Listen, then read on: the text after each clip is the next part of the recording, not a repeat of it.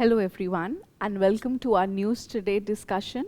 We are going to discuss the news for 21st July. So we have a lot of developments taking place each and every day, and here in this edition we try to highlight not only those news but the basics which you need to know about those news from the point of view of your UPSC exam. So let's first see what are the main news which we will be dealing with. So the first one is India-EFTA Trade and Economic Partnership Agreement to come into effect from October 1st, 2025. So this is the Commerce Minister's statement. We'll discuss what's happening in this trade agreement. Then you have China begins construction of the world's largest dam on Brahmaputra River. So you have the world's largest dam, and we're going to learn about how it's going to impact India. Then you have Kashi Declaration adopted in Youth Spiritual Summit for Drug-Free India. So this would be linked to your social issues, the aspect of drug de-addiction. Then you have ICMR is developing indigenous multi-stage malaria vaccine named Flaxivax. So this vaccine is not yet there, but the development which is happening is very significant. It's a very advanced move. Then you have the National Sample Survey, NSS. It completes 75 years. So what this organization does, we'll talk about that. Then we also have a few quick updates, few smaller topics which can again hold relevance from the point of view of the exam. So we talk about the M23 rebels, then Codex Elementaris Commission, Bitra Island, Kamchatka Peninsula. This is in Russia. Then you have in vitro biotransformation. So this is a definition, this is an idea which might be new for a lot of you. Then you have biomolecular emulator or bio-EMU. Then the Hatti tribe, another social aspect or social issue we will be discussing here. Then you have the Mangal massacre, something related to history, 1913. And you have one more event, one more personality in news actually, which we are taking a historical figure today, that is Mangal Pandey. So one by one, we will be talking about all these. Let's start with the first one. Okay, so this is the India-EFTA Trade and Economic Partnership Agreement. Now see, from the point of view of this news article, I think the most important aspect is that you understand what this is. What is EFTA? See, in Europe, there are different agreements which are there. There are so many European countries, and they have come together in different agreements, and this is one of those. So you have the European Free Trade Association. So this is an intergovernmental organization, and there are 4 countries in this. This is what you should know. Okay, if you don't know about this, I would really encourage you to note this down. So the 4 countries are Switzerland, Iceland, Norway, and you have a country called Liechtenstein. So this, interestingly, is the smallest country of the world's smallest country in terms of its area and population also. So this association, this was founded in 1960 under the Stockholm Convention, and that time when it was founded, there were a lot more countries in this. So you had Austria, you had Denmark, you even had Great Britain, which was a part of this association. But what happened was later, like this is very old, 1960. You have the formation of the European Union. And with the formation of the European Union, a lot of its founder members left this and became a part of the European Union. Okay, so currently the significant thing is these are the 4 countries, and they kind of, legislate or make agreements with other nations, other groups, even with EU. They have agreements with EU also. They participate in the trade which is happening in the European Union, but they would do that as one entity. Okay, so India has now signed a trade agreement with this, and this is a free trade agreement. Basically, to talk about, the idea is to encourage trade. If you have to encourage trade, what are the things which you have to do is, you have to impose less taxes, less duties, you have to allow more trade, you have to relax the restrictions which you will have, or the rules which you will have for trade, so both exports and imports, so that both countries, or in this case both units, can benefit. So these are a few commitments which have come up in this agreement. So this agreement was signed last year, so 2024 it was signed. But what happens is, after an agreement is signed, it takes a little time to actually execute it. So now it is said that it will be executed from October this year. So let's see what it is trying to do. First is, there is a binding commitment in this that there will be $100 billion investment in foreign direct investment, and that will lead to 1 million direct jobs in India in the next 15 years. Okay, so of course, you know, from our point of view, the significant aspect is what is in it for India. Right? So what is in it for India is that we are expecting a foreign direct investment, FDI, of $100 billion and 1 million direct jobs. The time span has also been decided, because of course something so huge cannot happen at once. So it's going to be in 15 years. Then the next thing is, India has agreed to allow several products which are going to be available, or which are going to be received in India at lower or almost zero duties. Okay, and some of the products which you are going to now get probably will be available at a cheaper price in India, will be Swiss watches, Swiss chocolates. I'm sure you know Switzerland is very famous for these things, and then cut and polished diamonds. Okay, so the duties on this have been reduced, so they can be sold in India with lower duties. Then the next aspect is market access. See, whenever you'll get to read about any kind of trade agreement, you will get to come across this word, market access. Market access is a generic term which will include a lot of aspects, like in terms of regulations, in terms of restrictions, in terms of scrutiny. You kind of have a relaxed outlook, and here, market access is going to be provided for 100% of non-agricultural products. Okay, so non-agricultural products, 100% access is going to be allowed, and there's going to be a tariff concession on the processed agriculture products. This should tell you what they're leaving out is agricultural products. European countries, most European countries, they are very stringent with their production or agricultural produce. They have a lot of very serious criteria, because they take this aspect of food and agriculture very seriously. So for that, there is a different kind of trading agreements or different kinds of rules which will apply. Like in this agreement, it also comes with an exclusion list. So they have also released the list of things which you cannot allow free market access on, and in this you have things like milk, dairy products, soy, okay, the things which they want to be a little restricted. But even in that sense, this is still a very significant step. A lot of things have been permitted under this agreement.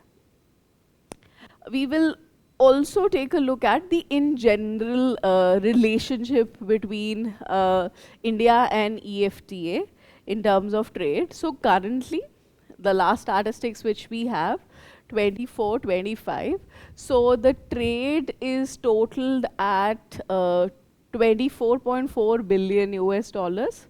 Again, I want to emphasize here, figures are not important, but what you really need to know when you know about this organization, and as we're talking about its interaction with India, so there is a large trade deficit. Being or having a trade deficit means that India buys more, sells less. Okay, we are buying a lot more, that means we have to pay them a lot, and the biggest reason for that is we are importing a lot of gold. Now you know this, right? Indians love gold. And we cannot really produce all that gold in our country, so we have to import a lot of that gold. That's why gold is so expensive also. And this gold import is coming from Switzerland. Okay, the gold which we are receiving, the gold imports, it's with Switzerland. That's why Switzerland is our largest trading partner. Out of these 4 countries, our largest trading partner is Switzerland, followed by Norway. And one of the biggest imports which we have, which we are getting from these countries, is the import of gold. Now, there is a positive aspect here, which we can say with optimism, that with this new agreement in place, we might be able to cover the gap of this trade deficit. We might also start selling a lot more, because non-agricultural products we can sell, agricultural processed goods we can sell with a lot of ease. So maybe we can take benefit of that and reduce this trade deficit. Next news article. So a lot of international developments today. So we have China constructing the world's largest largest dam on the Brahmaputra river. So this is a branch, the Yarlung-Tangso river.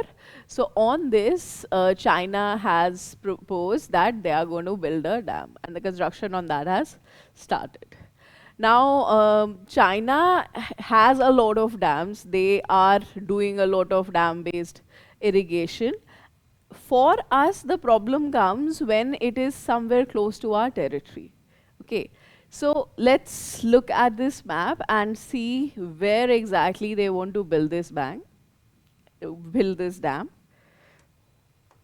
Okay, so this is the region, the Sea of China. You have India. The bordering state is Arunachal Pradesh, and you have this Yarlung-Tsangpo river. Now there is this gorge. Gorge is basically a deep valley where the river takes a deep course. So in that gorge, there is a great U-bend. So somewhere in this region, in this U-bend region, they want to set up the dam. Now, what will happen with setting up of the dam? This water from this river, it's going to move here, it's going to come to India, it will join this Siang river, and finally it will pour down as Brahmaputra river. So when it comes in India, the major river in India is Brahmaputra. Okay, so the problem with this is that this is now taking away some water. This is kind of creating an obstruction in the course of water. So that is definitely going to impact whatever water comes down. So the concept which is what happens downstream the dam. So here you've stopped the water.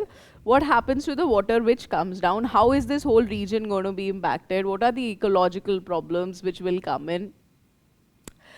Is there going to be any displacement? Is there going to be any damage? All these things are a matter of a lot of concern. So there's a lot of discussion which is happening in India around this. The important legal aspect to this whole story is that China as such, and even India for that matter, they are not a part of any kind of river sharing agreements. There are some international river sharing agreements, the non-navigation based agreements, but India and China both, they are not a party to those agreements. So that means the legal options are not available. They cannot really go into any kind of legal forums to address this problem. The only issue left with them is that they have to get through this or find a solution bilaterally. India has some bilateral agreements on this matter, but as of now, because it's still, the construction is still begun, we are in that process of contemplating that, okay, what can be done. Let's focus on the key concerns here. So these are the concerns specific to this world's greatest dam which is coming in. First is, of course, disaster risk. So you need to understand the region where this dam is coming. So that part of China or Tibet for that matter, this dam is supposed to benefit or supply water to Tibet also. So this is prone to earthquakes. So there you have the Himalayas, you have the tectonic plates, the plateau region, sorry, of the Tibetan region. So in that, there is a frequent occurrence of earthquakes, and building a large structure could lead to a very, very severe disaster if there is a damage, if there is an earthquake. Then, of course, you have environmental challenges.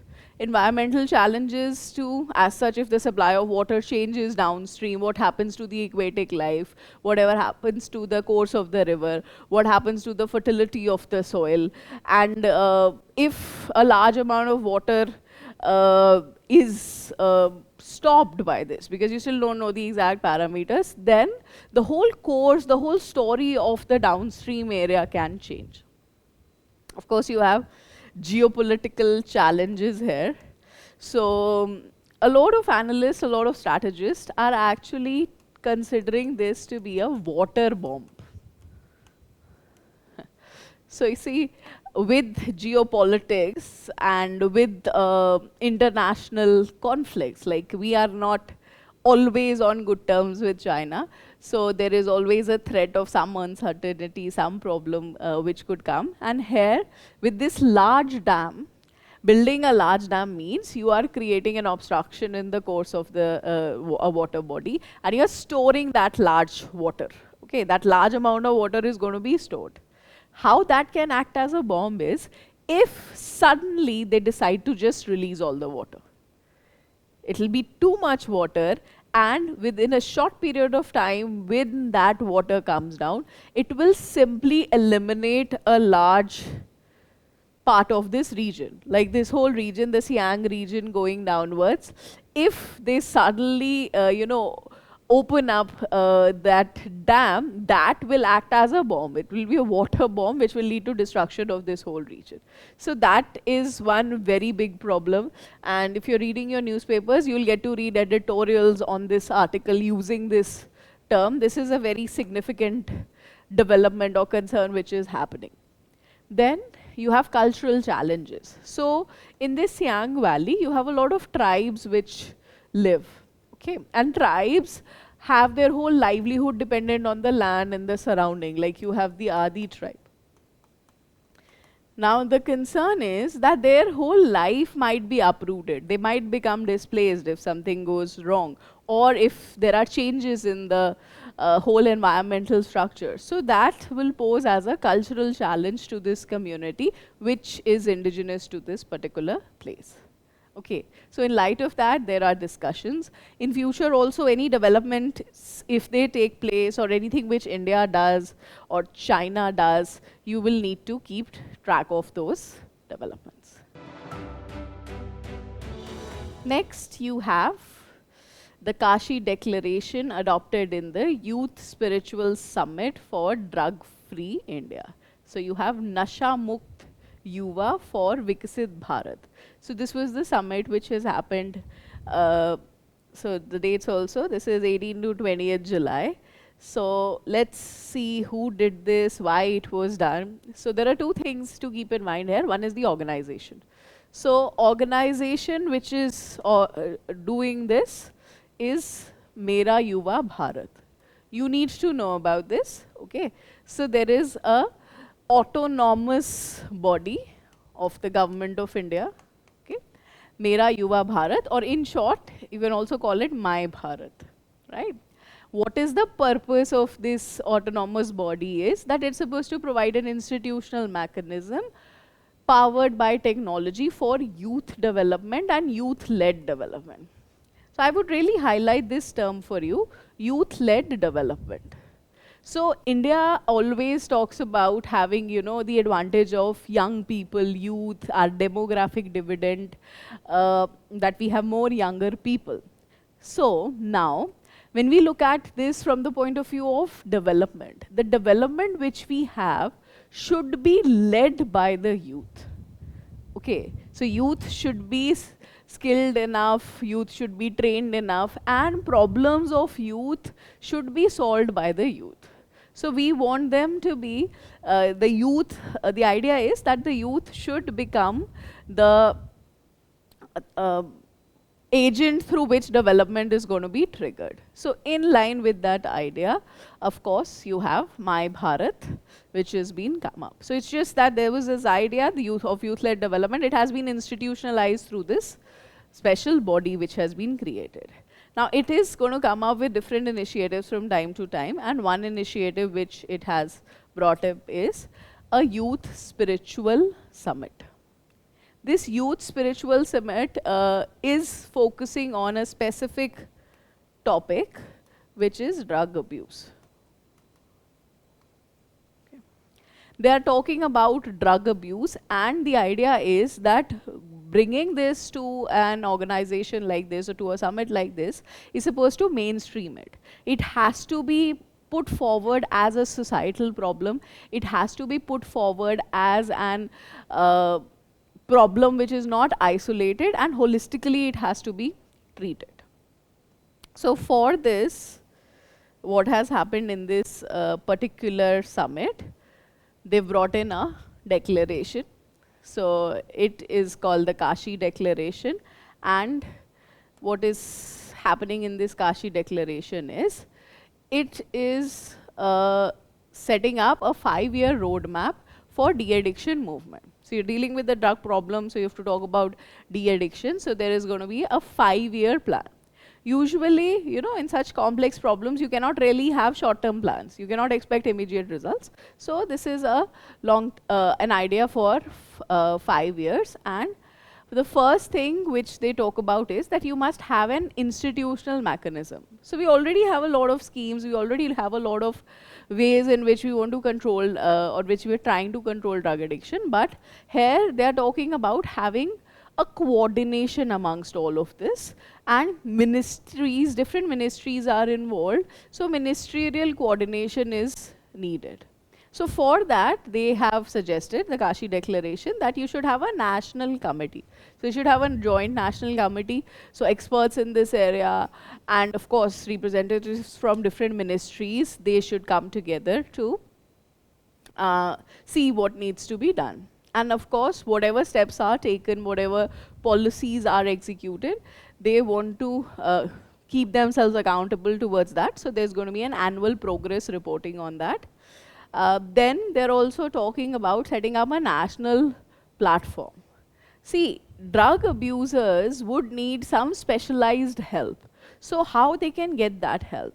So there's going to be a national platform which will link the affected individuals to the support services, whatever support services, medical services, therapeutic services, psychological help, whatever is needed, they are going to be linked to that. Because, you know, a lot of times the problem is that if I have a problem, I don't know where to seek help. So you have a centralized national platform which is going to be created for this. Then you have integration of spiritual, cultural, education, technological efforts to prevent addiction. That was the whole idea also in the like it's coming up in a spiritual summit. So they are talking about how spiritual, cultural, educational aspects, and of course whenever youth is involved, technology is something which is very intrinsic to our lives now. So that is going to be all integrated, right? So that it has a mass appeal. One last aspect which I want to highlight here is a discussion on drug abuse. Whenever you talk about a problem which is on a very large scale, like this impacts so many people, such a large population, so you first, before you try to solve it, you need to understand why is it happening. What is the driving force between for drug abuse to happen? So these are a few factors. So you have social factors, family conflicts, isolation, loneliness. These are very big factors these days. Then, of course, economic issues, unemployment, poverty. All of these factors, you have to think about them as being sources of stress. Okay. Then psychological factors, mental health issues, anxieties, depression, a lot of these are not diagnosed and people are not seeking adequate care or medication or help, whatever is needed. Then of course you have academic work stress, high pressure, education, jobs, risks, especially when you are young, when your careers are not set, when you're beginning your life, you have a lot of unanswered questions which are going to create a lot of stress. Then, of course, availability. We don't have a very robust system of legislation, and in terms of overall India's placement also, they've mentioned these two terms. So we say golden crescent and golden triangle. So golden crescent is on the west of India. So golden crescent, if I have to mention here, so this is basically Afghanistan, Pakistan, and Iran. From here, a lot of these abusive drugs, they are available. They can come very easily to India, and the youth can exploit this. And in the southern triangle, you have, this is now going to be the east of the country, Myanmar, Laos, and Thailand. All of these are hubs of drugs, and India from both sides has a lot of access to it. So when you have access, it kind of becomes an easy resort to use and abuse them. Okay, so very important topic in terms of your social issues. Next is ICMR is developing an indigenous multi-stage malaria vaccine named Edfelsi-Vax. Okay, so we have a new malaria vaccine which is being developed. The significance of this development is that this is going to be made in India. This is an indigenous vaccine. Okay, and whenever there is a development of any kinds, like in this case, this is scientific development which is happening in India, done by Indian scientists, that will hold a lot of weight, because that really improves your place in the global environment. Malaria as such, if you know about malaria, you should know that India suffers from one of the highest number of malaria cases in the world. So as such, taking care and managing this disease is very important for us. So we'll understand first a little bit about malaria, and then we are going to go into talking about the vaccine. Okay, so malaria, whenever you talk about any disease, you need to first know about what organism causes it. So there's an organism called Plasmodium falciparum.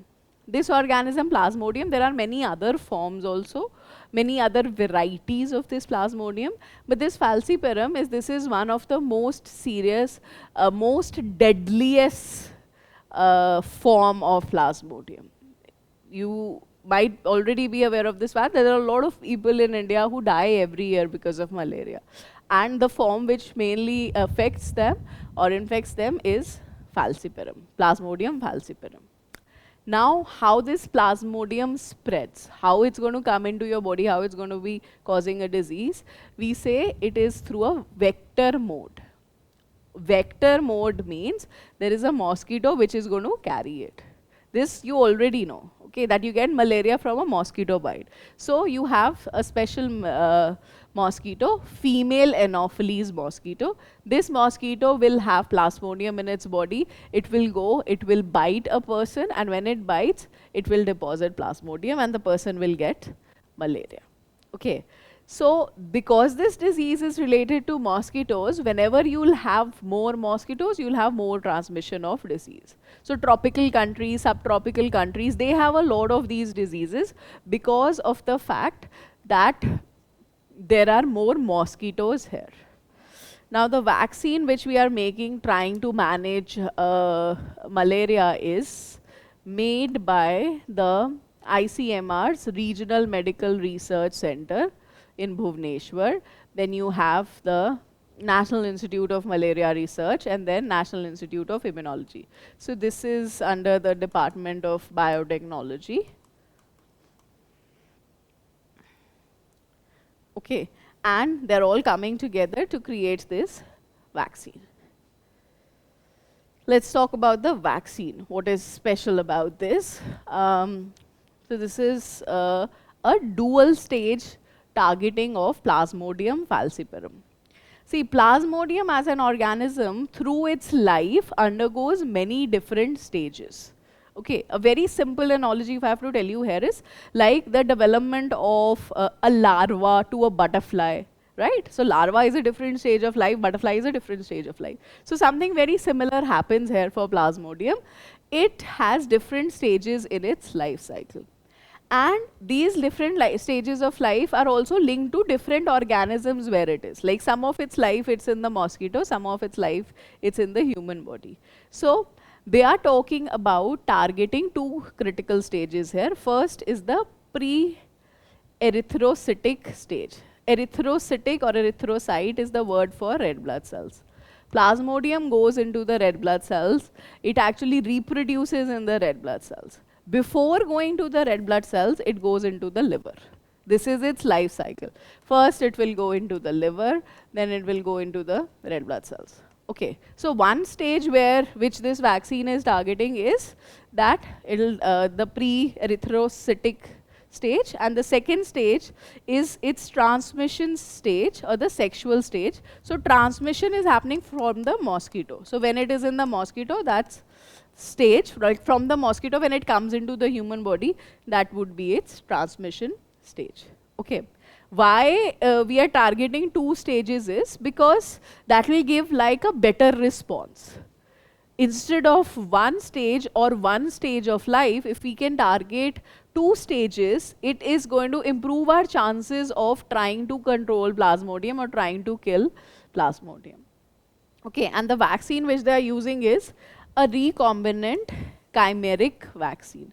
Recombinant, this word is in the sense of DNA. So we talk about DNA. All the properties of all living organisms, they are controlled by DNA. And in a recombinant DNA technology, you have DNA coming from two organisms. In this particular case, you're going to use bacteria. One organism will be the bacteria, and second, of course, will be Plasmodium. So you take some DNA from Plasmodium, because of course you are trying to create immunity against these two stages of Plasmodium, and rest of the DNA is going to come from bacteria. So basically you are using a bacteria here.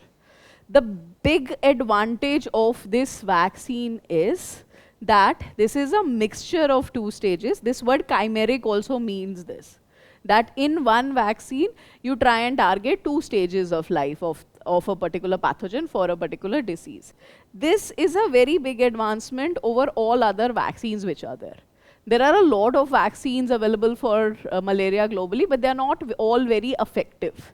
So India doing this would really improve the chances of protecting against malaria and hence saving lives.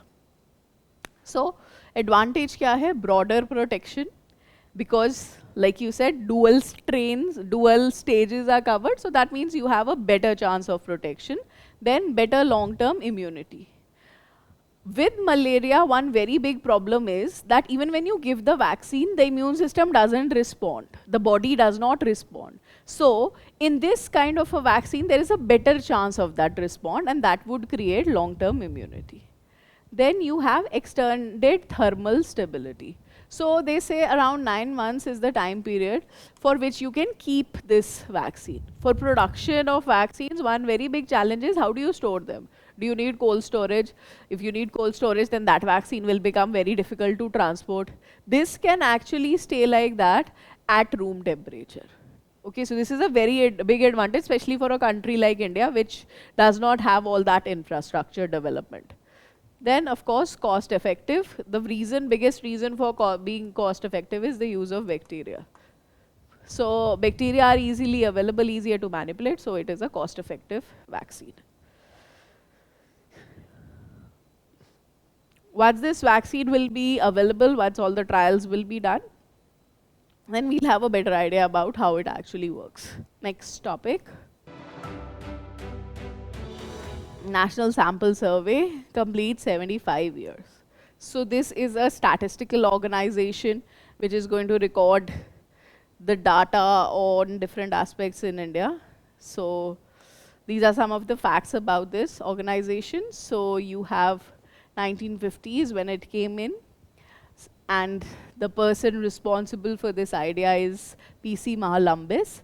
And as of now, where it operates is, you have a Ministry of Statistics and Program Implementation, a dedicated ministry for data analysis, and under that you have NSS working. What is its purpose? It will perform different kinds of surveys. So what are the different kinds of surveys which it can do? So it can do household surveys on socio-economic data, like let's say migration data, death rate, birth rate, all those kinds of data. Then surveys on land holding, livestock, agriculture. Agriculture is so important to India, so we need adequate data to make predictions. Then you have establishment surveys and enterprise surveys. So this is mainly for all non-agriculture related work. Okay, like let's say industrial work or informal setup, those kind of surveys, and of course village surveys. So villages again are a very important essence of India, and developmental achievements there or infrastructure facilities available in India, villages, they could be checked in this village survey. Okay. Then we've also mentioned here the main divisions which are there in this NSS. Okay, this will give you a sense of how it's working. The important theme is the purpose of NSS, which we've already talked about, or what all it does. Okay, so what are these divisions? So you have survey design and research division.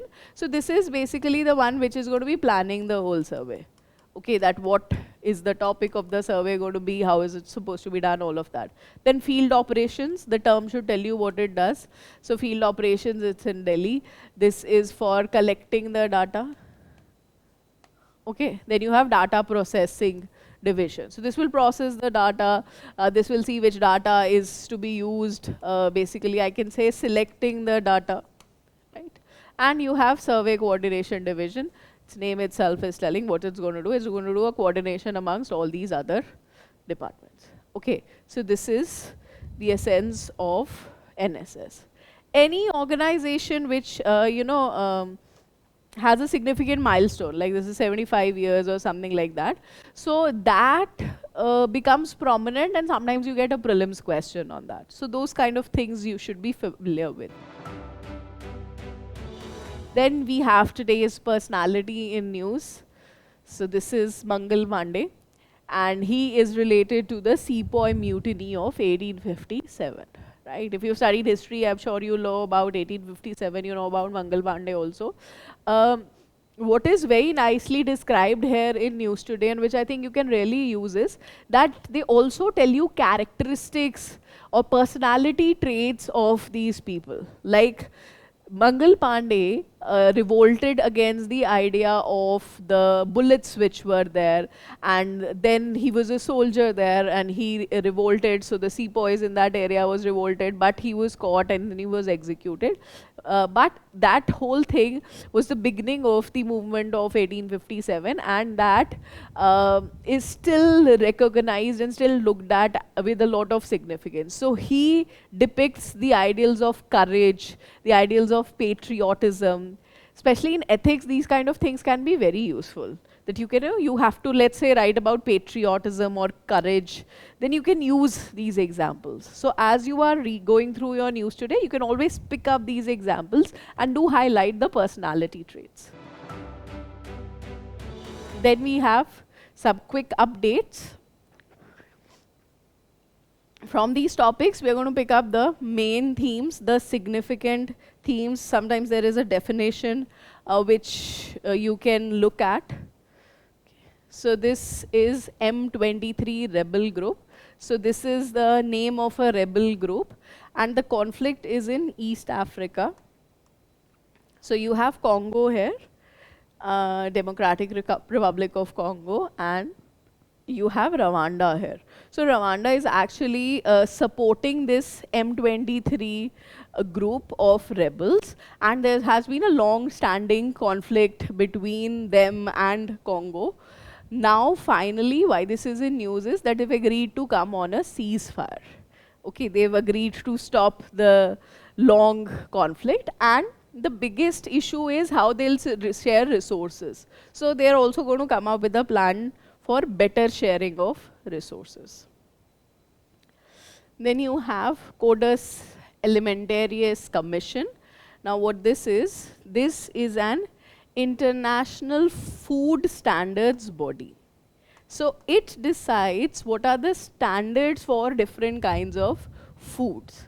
Okay, how they should be used, how they should be produced. A lot of description here, and this was set up by the Food and Agriculture Organization and the World Health Organization. It's an old commission. So this is 1963. And the current reason why it's in news or it's depicted here, India has been campaigning for millets. So it was the International Year of Millets also a few years ago. And from there, India is putting a great deal of effort on millets. There was a UPSC question also in the mains exam last year on millets. So this has been very significant to India's, you can say, propaganda of trying to popularize millets. And in this also now, they have finally got in, there was this recent session, the 88th session of the Executive Committee, and in that, because of India's leadership, India has had sent this proposal earlier, and now there is going to be a standard development for millets also. Okay, millet standards will be a part of this CSC. Then you have the Bitra Island. So I personally feel when you visualize something, like if you look at a map or something, then it becomes easier to grasp and memorize those things. So this is an island, here you can see, which is a part of the Lakshadweep Islands. Okay, so this is a small island, this is an inhabited island, and the proposal is that this should be changed into the military base or a defense base. So it should become a defense island, and there is opposition to it because people who live there, they of course will not like this proposal. But Lakshadweep as such, the whole island is at a very, the whole collection of islands are at a very strategic position, a very significant position for India. There are already 2 defense bases here, so they want to set up a 3rd one also in this region. Then you have the Kamchatka Peninsula.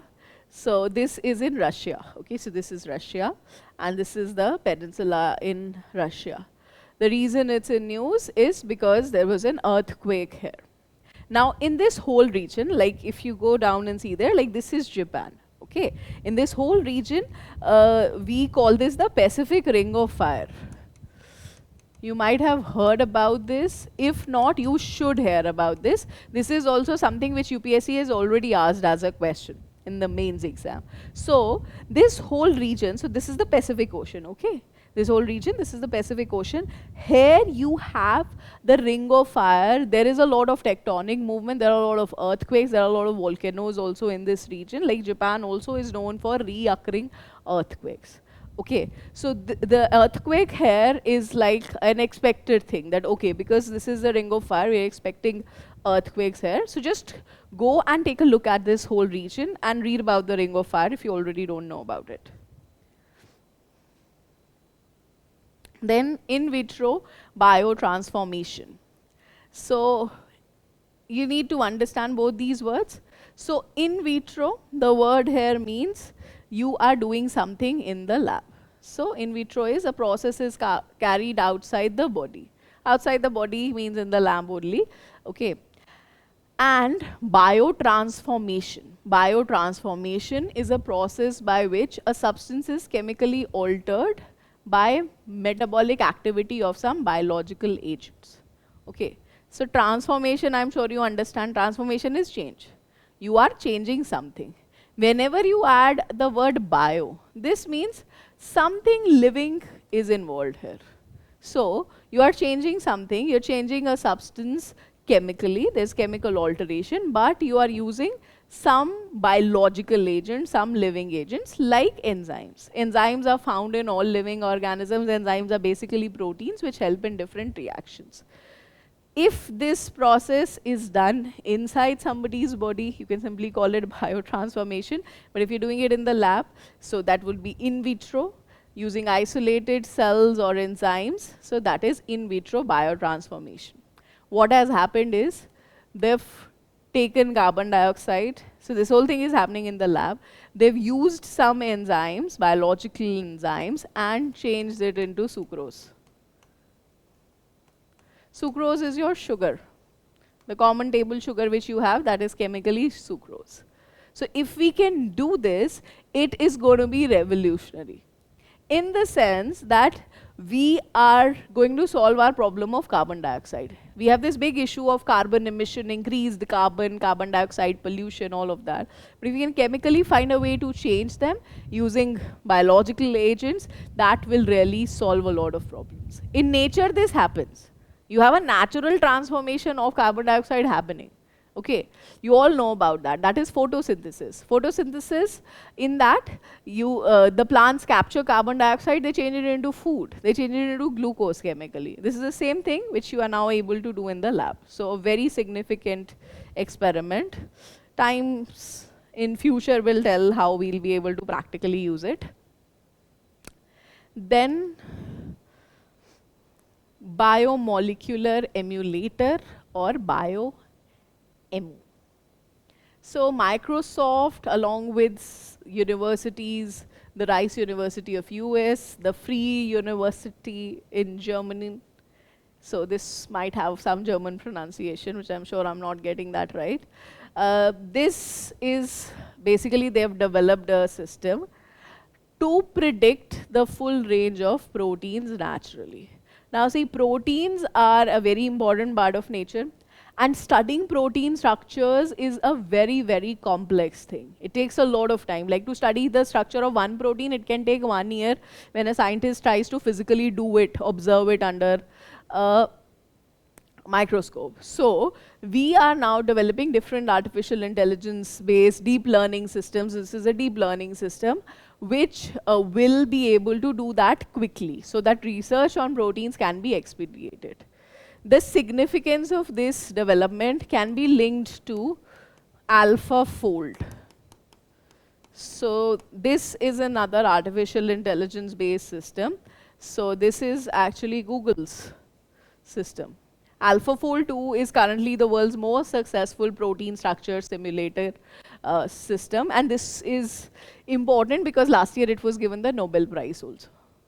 Okay, now the data which this has gathered, they're using the same data to train the bioEMU also. Okay, this is developed by Microsoft. All right. Okay. Then a very interesting and I will say astonishing news from the Hatti tribe. So this is a tribe in the Transgiri region of Himachal Pradesh and Uttarakhand, which has recently been reported to have had a polyandrous marriage. So there is a practice of polyandry in this tribe. It's called Jajda. So polyandrous means one woman and more than one man. Okay, so 2 men. In this particular incidence, the reports which have come, or pictures are actually flashing, that one woman has married 2 brothers. So this kind of a practice in different tribes was mainly to, improve brotherhood, make sure the land holding stays within the family, and should be no conflict amongst brothers. But these days, most people don't follow these practices, but this incidence has really opened up the debate on polyandry, on the whole social, ethical, moral ideas around this. So you should be familiar with this debate. Then you have the Mangal massacre of 1913. So this is actually called Jallianwala Bagh of Rajasthan. I'm sure everybody is familiar with Jallianwala Bagh. So this is another incident which happened around the same time, 1913, but in Rajasthan. So there was a gathering in this place. So Mangar Dham, okay. They gathered, they were asking for better wages, and there was an attack by the Britishers. There were bombs, there were fires, a lot of people died. So it was a huge massacre, and the community which mainly suffered were the tribal communities of Rajasthan, Madhya Pradesh, Gujarat and Maharashtra. So why this is in news is these tribal communities, they've again gathered here. There's a meeting recently, and there is a long-standing demand also associated, a demand for statehood. So they say that you have this Bhil tribe, which is having a large population, but it is scattered over all these states, Rajasthan, Madhya Pradesh, Gujarat, Maharashtra. So they should get an integrated state of their own so that they can work dedicatedly for the development of this community, and that's going to be called Bhil Pradesh. Okay, so this is a long-standing demand. With this meeting, this has resurfaced again. Okay. Now, I've discussed all the topics with you. What I want you to do is please go through your news today once, right? Highlight and note down any points which you think are very significant, which you should know. And after that, you're going to go and solve the MCQs, right? MCQs are available to you. If you don't test yourself, then doing this exercise or whatever you've learned is going to just fly away. So practice the questions, and once you've done those questions, if you still think you need to know more, you need to read more, so you have our digital current affairs. You can go to Vision IS digital current affairs website and read more about any topic which you think needs more input. With that, we'll end this session. Thank you.